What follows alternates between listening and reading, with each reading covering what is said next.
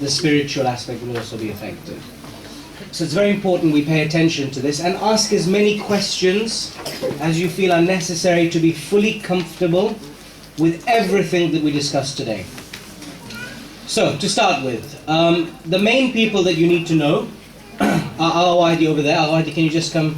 You haven't seen Al-Wahidi yet. Now, Al-Wahidi you don't see very much before Hajj, but you'll see him a lot during Hajj.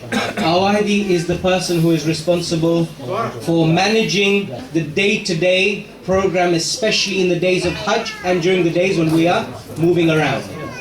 You have to listen to him. If he shouts, he's shouting not because he's angry, but he's just trying to move everybody quickly and move along. In Hajj, we pride ourselves on always achieving pretty fast times. And to do that, it means you have to listen. So Al-Wahidi is here. He will shout. He'll even shout at me. He'll shout at everybody, but he's shouting just for moving. So just don't be offended by this. This is synonymous with this group. Those of you who've been before, you know, he's got a loud voice but very soft heart. So this is Al-Wahidi. Okay? Then, secondly, we have my mum, Nazma, over there. So she deals with all the pre-Hajj planning. Just one second. Not that I don't know what she does, but I just want to make sure I say everything correctly. So she deals with all the hotel bookings, the flight arrangements, the itineraries, the rooming lists, and the detail that goes into Hajj before we leave the country. Then we have Habib over there. He's over here. So Habib is in charge of all the technical aspects of the Hajj, the Qurbani, the lectures, the programs. So that's Habib over there. And then we have myself. I just talk a lot, so I'm responsible for the communications. But I also get involved in the detailed logistical planning whilst we're in Hajj. Okay.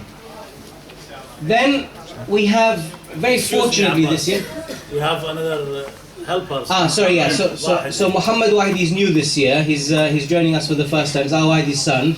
So he'll be there to help as well. I didn't mention his name because I didn't want everybody coming and throwing questions on him afterwards. He has experience. Yeah, I have experience. This year, first he'll come with Hajj tours. Yeah. Thank you. So, Alims this year, we're very fortunate to have four very prominent and renowned ulama. The first is Sheikh Arif, who you've all heard this morning. Sheikh Arif is, as I mentioned when I introduced him, the founder of the Mahdi Institute. He's been with us a lot of times as well. And he's been for Hajj many times as well. So he's not just an alim, but he's well experienced in Hajj.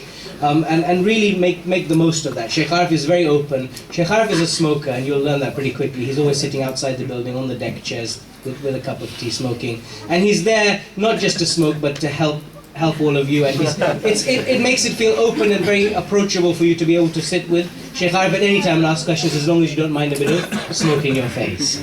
But Sheikh Arif is very approachable, very helpful, and I would encourage all of you to make the most of that. Then for the first time this year we have Sheikh Mansoor Lagai accompanying us. Now Sheikh Mansoor is the founder of the Husseini Institute in Sydney, Australia, where he was for 20 years. He's absolutely a phenomenal English speaker and has really been responsible for driving the youth forward in Australia, where they were almost lost at one point. Sheikh Mansoor specialized in mysticism and spirituality, and he's very well versed on practical irfan, which is a very interesting subject area. So Sheikh Mansoor will be joining us again for lectures in English. There's a blue Mercedes A-Class needs to move. Sheikh wants to come. No problem. Sheikh wants to come out. Yeah, sorry, and anybody who's parked their cars down the middle, if you have, please move those cars, because that's a fire risk. Last year we had the police here. We don't want to have issues again. So if anybody's parked down the middle, please remove your cars.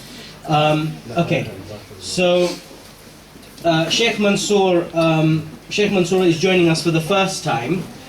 He specializes in practical irfan, which will be a very interesting subject area, especially because Hajj is very much about spirituality. He's well known to a lot of the younger people here in England as well, especially in the Khoja community, who've heard his lectures online. He'll be joining us straight from Iran. He'll be coming to Saudi Arabia and meeting us in Medina. Then we've got Osama al-Abtar. Sheikh Osama is the person who's responsible for reciting the ziyarat, the du'as, the musibah of the Ahl al-Bayt.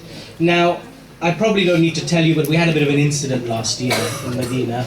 and that resulted in a detention for one night for Hajj Osama. So I think this year we're going to be a little bit more cautious in our approach to where we recite ziyarah and how we recite ziyarah. Now, just to put it in perspective, last year we were in Medina between the 1st and the 5th of Dhul-Hijjah. That's a period when most Shias have left Medina, and there's mainly non-Shias there. So it made us a very easy target for the people who wanted to make a target out of us.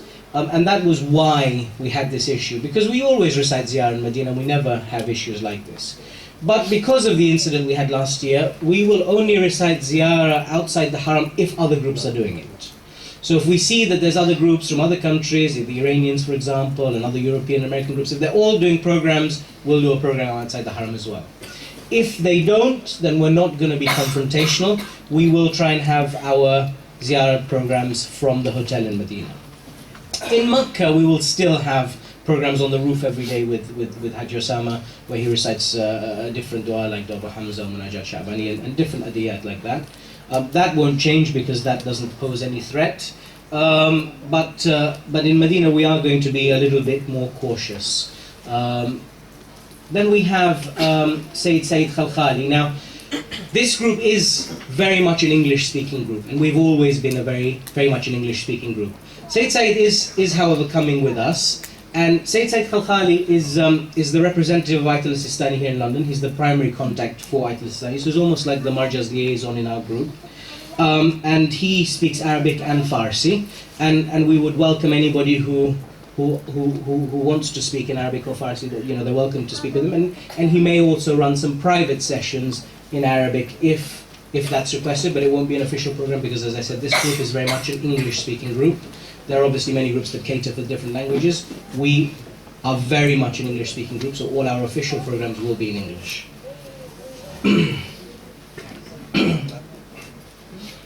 Okay, so today, before you leave, we are going to be handing out bags. You'll get one hold-all or a sports bag with the Hajj Tours logo on it, and you'll get one string bag. The hold-all is very useful for when you want to pack your ihrams and bits and pieces for Arafah and things like that. You can keep that as your hand luggage when you're traveling on the flight, or you can have your own hand luggage and flat pack this into your suitcase and use it there. It's useful to have simply because people do tend to leave bags around, and if you do leave your bag behind in Mina or Arafah, at least we can identify it pretty quickly because your name will be on it and Hajj Tours will be on it, and we'll pick it up and take it back to the building. Or one of the many staff that are going to be accompanying us there will be able to do that. We're also going to be giving everybody a book, which is a black book which covers the ziyarat and umrah information and du'as and ziyarat with English transliteration and translation and the Arabic text. We're then also going to be giving out travel documentation, including your itineraries. That will have all your flight information on it, which we'll go through in a bit more detail in a few minutes.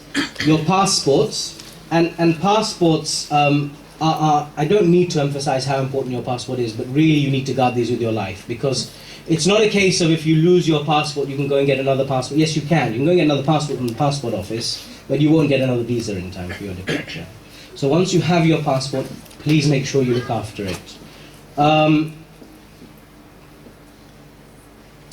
Also, at the end, if you are collecting passports on behalf of somebody else, we will only give you their passport if they have given us a written authority by email to tell us that we can give you their passport. So if they haven't given us, then please don't ask for other people's passports because we won't hand them out.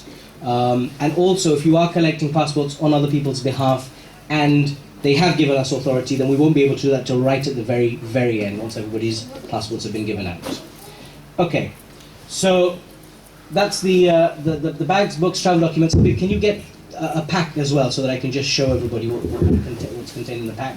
We'll also give everybody luggage tags. That luggage tag has the Hajj Tours information on it, it has your name on it. Again, it makes it very easy to identify your bags if they go missing. At the airport, every year, inevitably somebody's bag goes missing. This is for the big suitcase, yeah. So the luggage tag is for the big suitcase. So strap on your tag, and then inshallah, even if it does get lost, at least we can get a phone call, we can find your bag.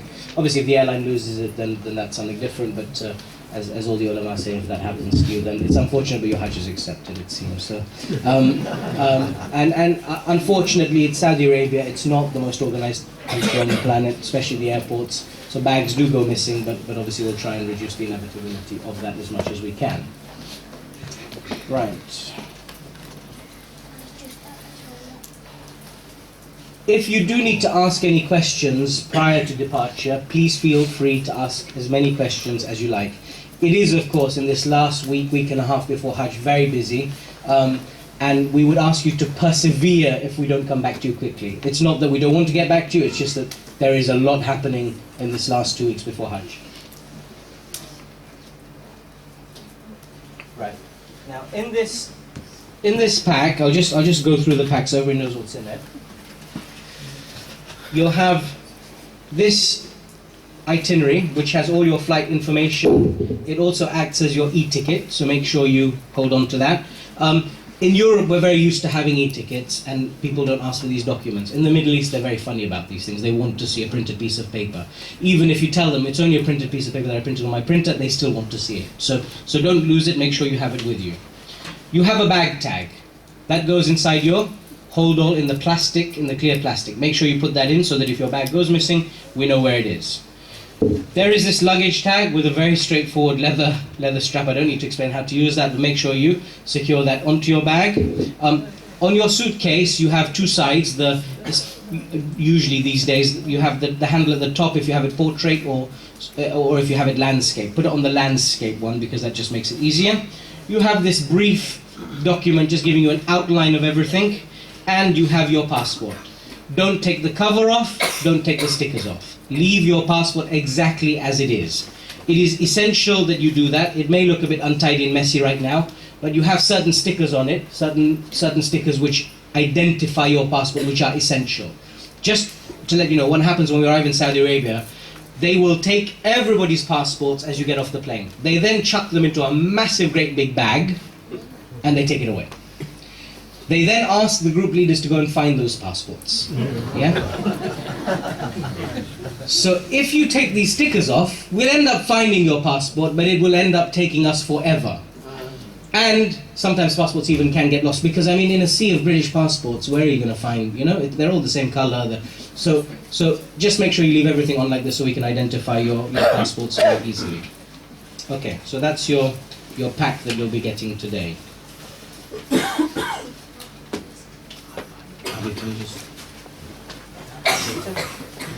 Okay. Right, your meningitis certificates are essential. We've asked everybody to send a copy of their meningitis certificates to us so we have an electronic copy. If you don't have one, they'll just make you take another injection at the airport. So for those who like needles, it's free as well. I don't think they charge you for it, but it's not pleasant. I mean, you'd much rather just have your meningitis certificate from here and not have to go through the headache, especially if you've already done it, and all of you will have done. So make sure you have your meningitis certificate with you, and also make sure you send us an electronic copy of it, because then at least if there is an issue we can say that, but don't lose it, but just to allow us to have a backup. Okay. Anybody who doesn't have their passports given to them today, they will be either sent to you, you'll arrange collection afterwards, and anybody who doesn't can, there'll be different reasons, so we'll give those to individually. I think all the passport ready, inshallah, all the ready. But I just in case there isn't, we'll obviously explain those individual reasons. Right. Some recommended items to take. Now, bear in mind that everybody has different needs, and you know those needs best. So please make sure you think carefully about your specific needs and make sure you pack accordingly for that.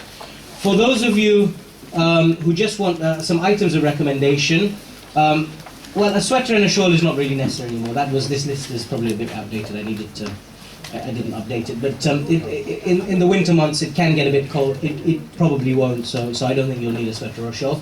The ihram for men, we always recommend men have 2 pairs of ihram. And the reason is because, especially in the days of Hajj, your ihram will get very grotty, very smelly, very dirty, and it's nice to be able to change that. So if men are bringing ihram with them, bring 2 sets of 2, so 4 pieces, but you can always buy them there. Women will probably find it convenient to have their chadars or abayas, and also remember to pack some white ones for the days of Hajj, because that's mustahab.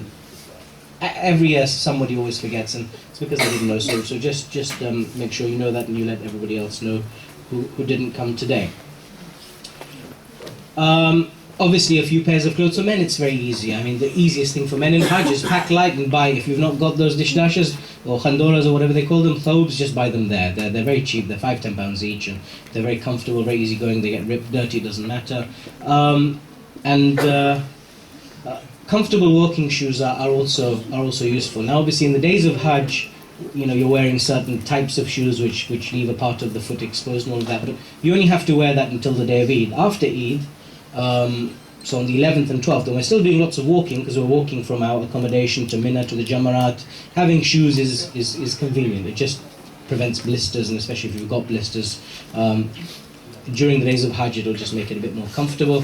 And also, people tend to tread on your toes when you're in that hustle and bustle of the Jamarat, so it'll protect your toes as well. So, but be careful and don't step on other people's, because obviously they're going to be wearing champals and you might injure them.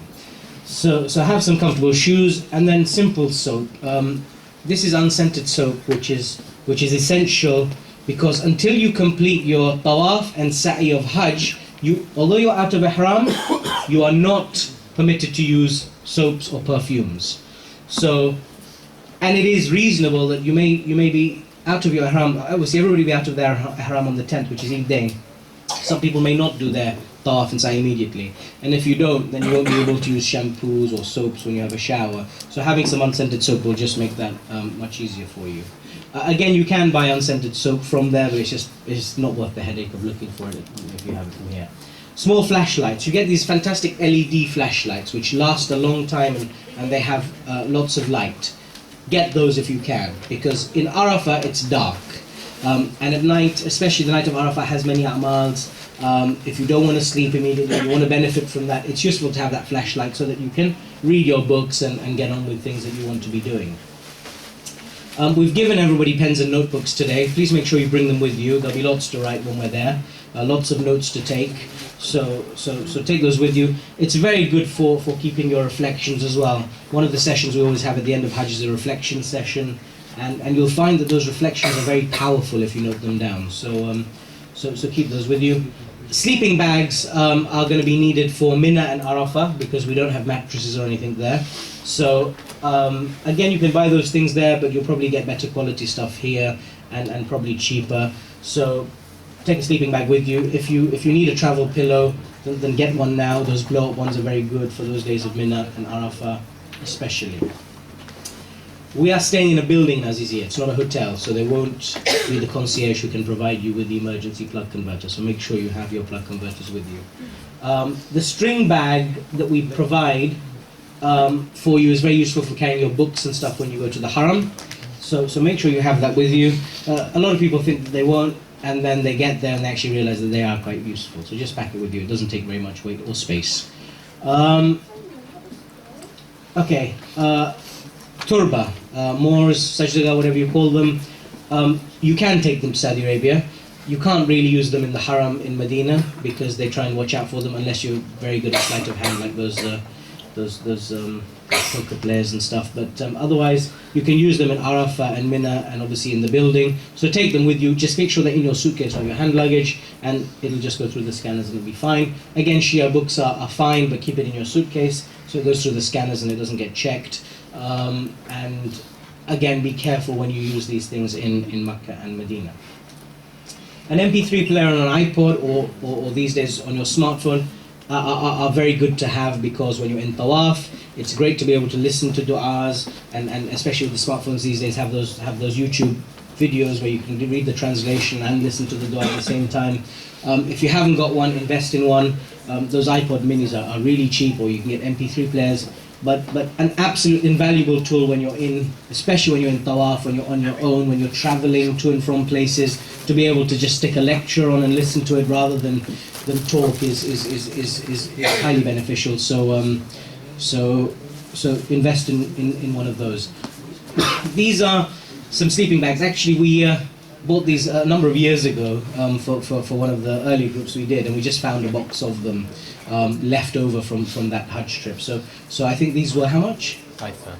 These were £5. You all know Hajj Tours is a non-profit group, so whatever money Hajj Tours is collecting just goes into the kitty, and whatever's left over at the end, we try and refund Hujjaj from surplus funds. Yeah. Okay. So Bed sheets. Sorry, are there any questions at the back? Okay, yeah. I mean, what you can do is at the end, when you go upstairs, you can deal with that. Okay. There are bed sheets in Azizia, although it's not a hotel, but there are bed sheets. But bear in mind, it's a building, so if you have sensitive skin or you have specific needs, then pack some bed sheets with you. I know, especially certain women in my family, they like to have sheets that are of a certain standard, so they take their own. But it's up to you. I'm quite happy to use the sheets that are there. They're clean enough for me and probably for most men. But whoever is a bit fussy, then make sure you take bed sheets with you. Again, it's not a hotel, so there won't be towels, there won't be shampoos, there won't be soap bars. So make sure you take all of these things with you. You need to have your own towels and your own toiletries. Multivitamins are absolutely invaluable, and I didn't really appreciate this until last year, but I became a little bit ill. I started feeling a bit ill about a day before Hajj or 2 days before Hajj, and I went to one of the doctors in the group and I said, I need to take some medication that doesn't make me dozy or tired at all, because I need to be absolutely alert and energetic for the next few days. And she said there is no medicine that you can have, and she gave me this cocktail of vitamins, which were absolutely brilliant. I mean, everything went away. Habib, by the way, took the medicine and he was dead for 3 days. I took the vitamins and I was absolutely racing. So take multivitamins with you. I'm not sure. They're saying, what was that stuff we used to shake in the water and stuff? It was just...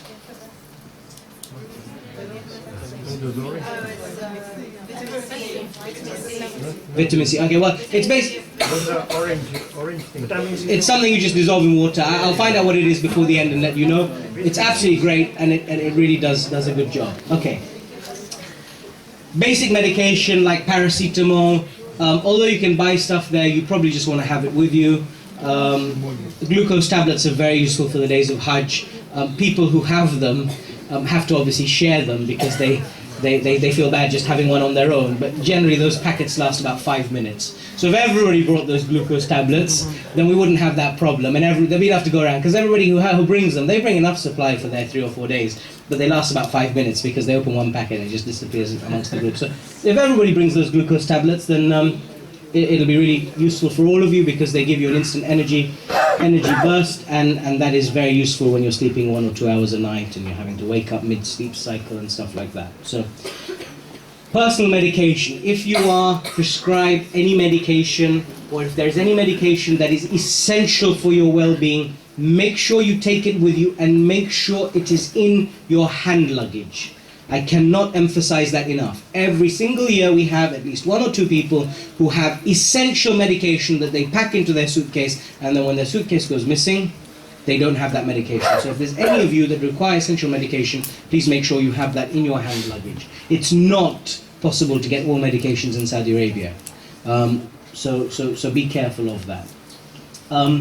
In terms of money, travelers' checks are going to be pretty useless, so don't bother even looking for them. Make sure you have cash or cards. There are certain cards which are better than others. I think there's a slide later on which give you spot rates on exchange, and they give you charge-free cash withdrawals at spot rate. So we'll look at that later.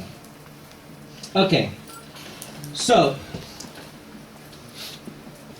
One second. I think I've mixed up my slides, but I'll talk you through it, because I think this is some of last year's slides, but that's fine. Okay, so pre-departure, yeah. Do you have washing facilities at the... There are washing machines there. And you can dry everything? You can dry on the roof. Yeah. This is in Mecca only, in Mecca. In Mecca. Medina's 5-star hotel. Yeah. How much cash? How much you spend? How long is a piece of string? If you're not going to go shopping, and the only things you need to worry about, look, you get meals, you get breakfast and you get dinner, in terms of you'll have to pay for taxis from time to time if you can't get the shuttle bus to go to the Haram or come back.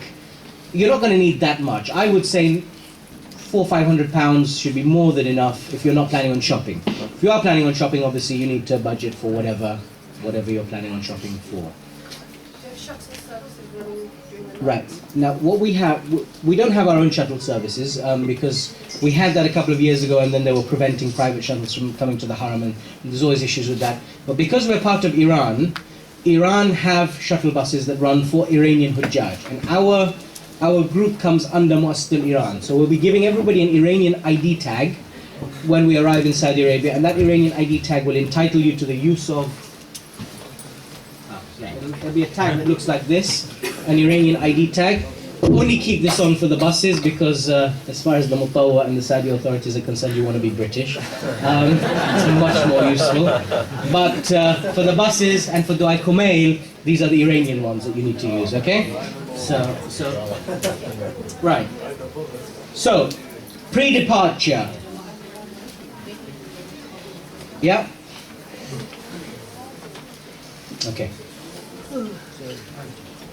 So if there are any questions, please ask them here so we can all benefit. Otherwise, can we concentrate and not disturb other people? Can I just confirm the list is on the website, right? Which list? Of things to take with us. Yes, we do have on the website. I'll talk everybody through the website at the end. We'll just go quickly through the website at the end. Yeah. And about the money, Yeah. will pound be okay there? Absolutely. Yeah, pounds are fine. If you have dollars, dollars are pegged against the Saudi riyal. If you have pounds, they're obviously subject to the US dollar exchange rate fluctuation. But yeah, pounds are absolutely fine. Are you allowed to take the iPad inside the Haram? I thought Yes. security. No, there's no issues with iPads. Well. Okay, look, I mean, these things change every year. So in the past, there's not been issues having iPads. This year, they may decide they want to have an issue. Worst case scenario, you'll have an iPad, they'll tell you you can't take it in, so then you'll not take it in the next day. Instead of the iPod, we use our smartphones. Phones are fine. Phones are not an issue. Phones are not an issue, no. Phones are not an issue. Cameras are, so yeah, avoid taking cameras if you can, or sneak them. They don't cause a problem, they'll just tell you to switch them off. I mean, Wahhabis have this thing about photography being haram. So yeah, just be careful about that. Okay, on the day of, pre-departure. Okay, you know what I'm going to do, just to make it easy, I think, so that we can address things, and write your questions down. I won't take any more questions now until I finish the presentation, and then ask me your questions all at the end. So if you have any questions, write them down on the pads you have, and then ask them to me at the end, yeah? Okay. Right, on the day of, pre-departure, you need to travel light. It doesn't matter what your ticket says, your luggage allowance is 20 kilograms. Some of you are traveling on Emirates and you may think that you have 30, you only have 30 on the Emirates leg. You only have 30 on the Emirates leg. From the Dubai to Medina leg, you only have 20. So make sure you only have 20 kilograms of luggage. For all other airlines, it's 20 kilograms anyway. Extra luggage is expensive. I mean, we're talking about 20 to 30 pounds an extra kilo. So unless you're feeling very well, you need if you have some cash burning a hole in your pocket, travel on 20 kilos. And also, it makes it very difficult if you have heavy bags to transport those bags around, because remember, those bags are going from the airport to the hotel, from Medina to Makkah, from Makkah back to there's a lot of traveling. So keep your bags light, and it just makes everything easier for everybody. You can only have please only have one main piece of luggage. So don't come with 2 suitcases with 10 kilos each, because again, logistically it's difficult to manage so many cases. Stick your 20 kilos into one bag and bring that along. If you have a hand luggage, then yes, you can check that in if you have extra weight, but obviously keep it again to one hand luggage. If you're not using the Hajj Tours hold-all, then obviously pack the Hajj Tours hold-all into your main luggage. Okay. Take advantage of the online check-in and seat selection facilities that are now available with most airlines.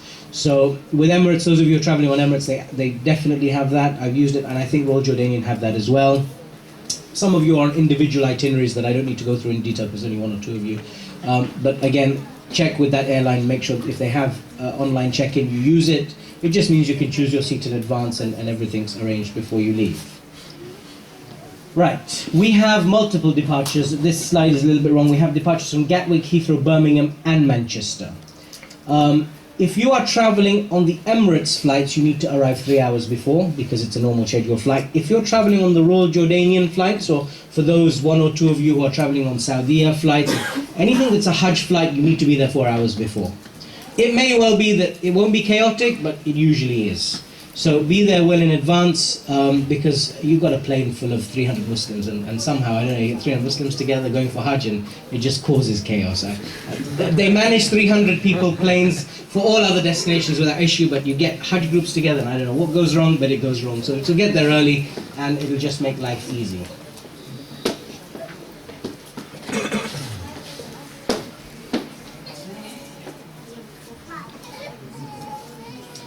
Yeah. We're not going to be accompanying you on the flights. So there won't be specific people to meet you at the airport. You will have everything you need to travel before your day of departure. So you turn up at the airport as normal, check in as normal, keep your passports as normal. We will only be meeting you at the end points. And we'll go through that in more detail when we look at each of the specific flights. The last 4 people who haven't had their vaccinations from the men, can you just go up now because they're ready for you? Okay. Now we always try and fly into Medina, and the reason we try and fly into Medina is because it is much more convenient, and we always like to avoid the Hajj terminal. Those of you who have been to Hajj before and have been to both Medina and Jeddah, you will know that Medina is a much more convenient landing point than Jeddah. And the reason for that is because the way it works in Jeddah is you land and then they put you into this room. And I always describe it as the prison because there literally is bars on that door. And you wait there. Now these people are the ones that are waiting to get out. So they've come off the plane and they're waiting in this cage. And then you go into the next room where they do the immigration. And then you go out. And then you find your luggage. And then they put you on the floor to wait for something else. And literally they'll just chuck you there on the floor and wait here until you're called. And it's still like this last year. I know I traveled out on the way back, and unfortunately for everybody now, all departure flights are from the Hajj terminal, so you will experience this. It is a rite of Hajj, and you'll have to experience it a little bit, but you literally have nowhere to sit. It's on the floor, it's uncomfortable, and you just wait. And there's lots of waiting to do because your passports will go to one office and then to another office, and it's very chaotic. Hajj Abbas, excuse me, this is for Jeddah. For Jeddah, yeah. Oh yeah, this is for Jeddah, not for Medina, yeah? For Medina. And this is how suitcases are treated in Jeddah. And that's why suitcases get lost in Jeddah. So we really do try and avoid this chaos. And just to put it in perspective, this here is the normal Jeddah airport. This is the airport that they use all year round, yeah? This is Hajj terminal, yeah? Yeah, so you can imagine the chaos. I mean, you have, obviously, you know, the bulk of those 3 million Hujjaj arriving into this area. There's no planes here most of the year round, but Hajj time, it's just planes everywhere. I mean, it really is very chaotic. So we try to avoid that. I hope none of you, I think there may be 1 or 2 of you traveling on Jeddah flights. I've managed your expectations. Now, the main flights we have about 85 people are traveling on Royal Jordanian, and about 60 people are traveling on Emirates and Nasser. So we'll just run through the different options. So those traveling on Emirates are going to be traveling from Birmingham, Manchester, Heathrow or Gatwick. You'll be flying to Dubai on a normal Emirates flight. Emirates is, for any of you who've travelled on Emirates, a very comfortable airline to travel with, lots of movies to watch. Make sure you get your movies in before the spiritual bit starts. No movies after Hajj. On the return flight, that TV needs to stay off.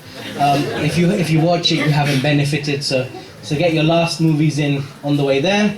Now, you'll arrive in Dubai and you'll be met by Habib. And then you'll be transferred because your connecting flight is not from Dubai Airport, it's from Sharjah Airport. These are the arrival times of the flight. So the Gatwick flight's arriving at 7:05, Birmingham 7:15, Heathrow 6:30, Manchester 7:05. So you're all arriving at about the same time. Give or take half an hour, 45 minutes for delays. Everybody should be out by 8 o'clock. So at 9 o'clock, this is going to be your itinerary. By 9:30 you will depart Dubai Airport for Sharjah. Now obviously the connecting flight from Sharjah is not until 8:40 in the evening, and we don't want to put you guys sitting in the airport. We had this a couple of years ago in Kuwait, and what we did was we arranged a hotel, not for you to stay in, but for you to be able to use the facilities of. And it worked out very well, and I think a lot of people enjoyed it. It was a very non-Hajj experience, and you'll see why in a second. You'll arrive at that hotel at about 10:15. And then we have a lunch buffet, and it'll be a very elaborate lunch buffet affair, one of those that you get in the Middle East, with lots and lots of food, which should take you about 2 or 3 hours to consume and enjoy properly. And because the desserts will be very appealing, you'll want to take some time and relax. Once you've done all of that, you can head to the beach, you can relax, men can sunbathe, swim. As I said, this happened in Kuwait, and everybody was in their swimming trunks and in the sea and in the pool, and it's as I said, a very different Hajj experience, but it's good nonetheless. I mean, you do a bit of swimming and become a bit fit for those walking days. So you have lunch at 11:30, and you can relax literally until 5 o'clock. We will have 2 rooms for men and 2 rooms for women for you to use the shower facilities. Yeah, not for you to be able to sleep in, because it's only 5-6 hours that you're going to be there. And then at 5 o'clock we'll depart for the airport, and you've got your departure flight from Sharjah at 10:40, which arrives into Medina at 10:35. This is the lobby. It's a very nice hotel, a huge lobby area. With lots of sofas and seating, so if you don't fancy sitting on those deck chairs... Sorry? Okay. This is the hotel that is provisionally... It's not finally confirmed yet, we're just waiting for them to confirm that they've got the rooms for us, but hopefully it's going to be this hotel. I won't tell you the name just in case it's not this one, but we'll make sure it's a good hotel that you can properly relax at. That's the hotel that we provisionally booked, so you've got nice beach facilities there and swimming pools and stuff. Okay. Royal Jordanian, not such a pleasant transit time, unfortunately. You are traveling from Heathrow to Amman. There's 2 flights on Royal Jordanian.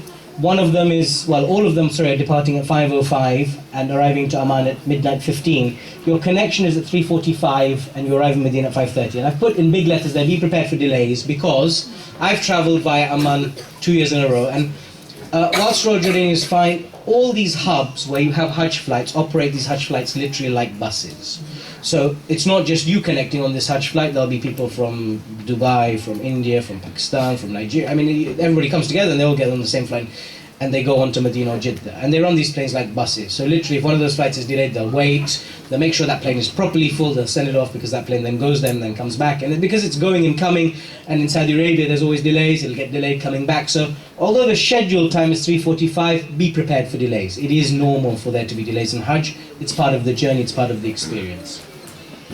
And Amman airport is not the best airport in the world, so make sure you have something to do. I mean, even if you want to go to sleep, have something comfortable that you can lie down on or put your head against and go to sleep.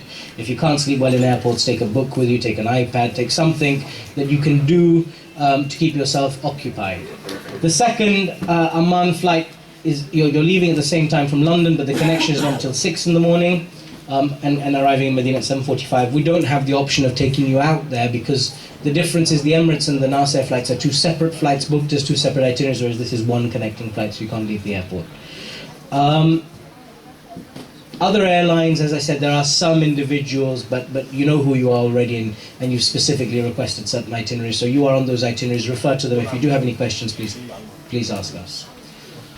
Okay, and ask us not in this session, because your question won't be relevant to other people. You can ask us privately afterwards. Now, the great thing, as I said, about Medina flights is it's quick. Who's with Amman? Who will be with Amman? No. Nobody specifically will be with the flight, because we'll be meeting them in Medina. As I said, everybody here is an adult. It's no different getting on a plane for Hajj than it is getting on a plane to any other destination. You'll get on your flight and you'll arrive in Medina. We will be waiting for you in Medina. Yeah, we will be there in Medina airport for you. Yeah, so me and Al Wahidi will be there ahead of all of the departures, and either me or Al Wahidi, or both of us, will be there for every single one of your arrivals. So even if you're just one person arriving on one flight, we will be there to meet you. One of us will be there to meet you. Do you have any contact numbers? Yes, on your other contact numbers on the documentation. We'll stick it up on the website if it's not already there. So on your items, there will be my telephone number and Al Wahid's telephone number. It'll be on the website for you. Our local numbers there. Now, our record landing to hotel in Medina is 2 hours. That was about 3 years ago now, but it was absolutely brilliant. But literally from the moment of landing to the moment we arrived in the hotel was 2 hours. It'll probably end up taking about 3 or 4 hours. But again, be prepared for delays, because you never know what the rules are. We try and be as organized as possible to ensure we don't waste time at the airport, but you are fully, from the time you arrive in Saudi Arabia, you are fully at the mercy of the Ministry of Hajj. They control all movements, every single, up to and including the provision of buses. We don't get to choose our own buses. They are provided by the Ministry of Hajj. Yeah, they're covered by the Hajj drafts.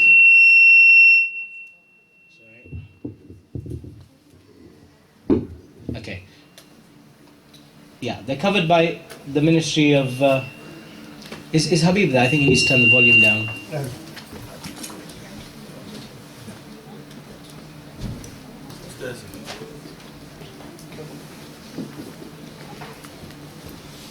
So it'll probably take about 3 hours, 4 hours, but it's a relatively quick process. It's like every other airport. Unlike the Hajj terminal, you will get off the plane, you'll go to immigration, you'll collect your bags, and you'll come out. So there's no scary surprises, unless they've changed something this year, which I don't know about. But that's usually how it works in Medina. And they will collect your Hajj drafts, which we will have, and we will hand over to them with your passport. So just I want to check, when they arrive, they shouldn't give their passports straight. They give them to us, and we'll give them. Yeah. So they will be insisting to you to give over your passports to them.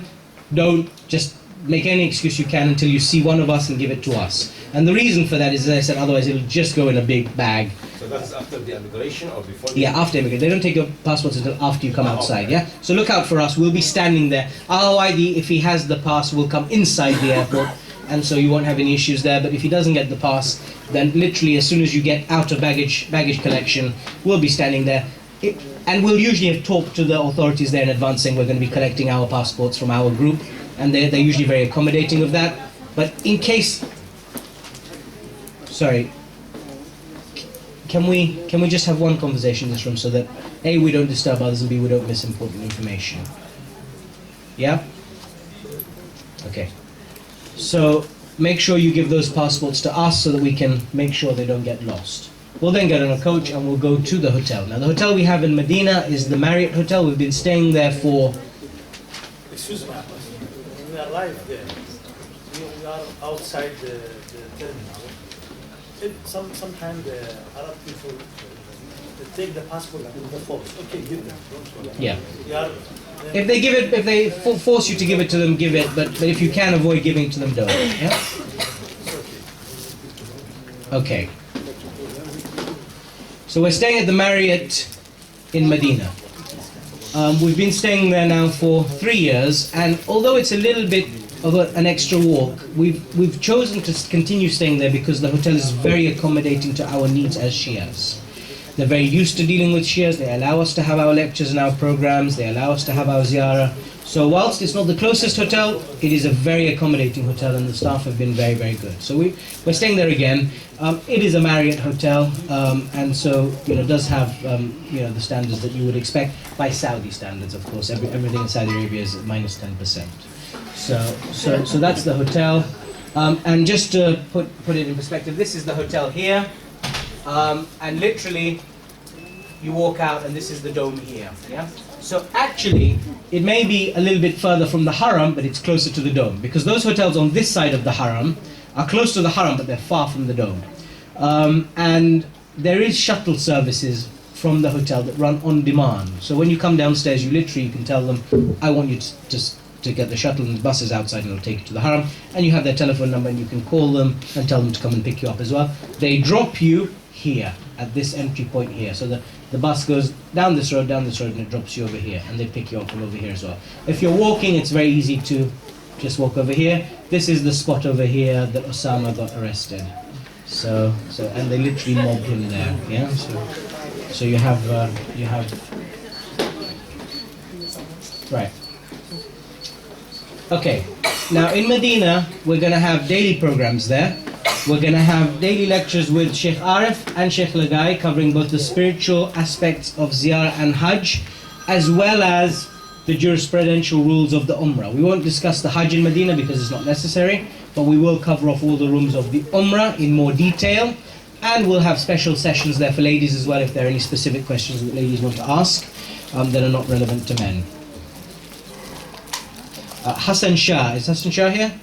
Yeah, you need to go up for your vaccination. Done it? Okay. And as I said, we'll have daily ziyarat with Osama, but the location of that is to be confirmed. If we can do what we've always done in the past, then men will take you to the Haram, to Jannatul Baqi in the morning after Fajr, and we'll recite ziyarah then. And for men and women, we'll have a program in the evening. But that is to be confirmed. I can't confirm that to you right now because of the circumstances. Okay, again, sorry, this is a bit of a mix-up with last year's slides.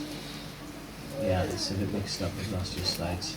Sorry, that was what I was doing at the beginning. I was trying to get it from my laptop onto this computer, but I seem to have got the wrong bits and pieces. But essentially, they're the same issues. Outside ziyarah will confirm the date with you, and we are going to be leaving for Makkah on Tuesday, the 16th of October, not November.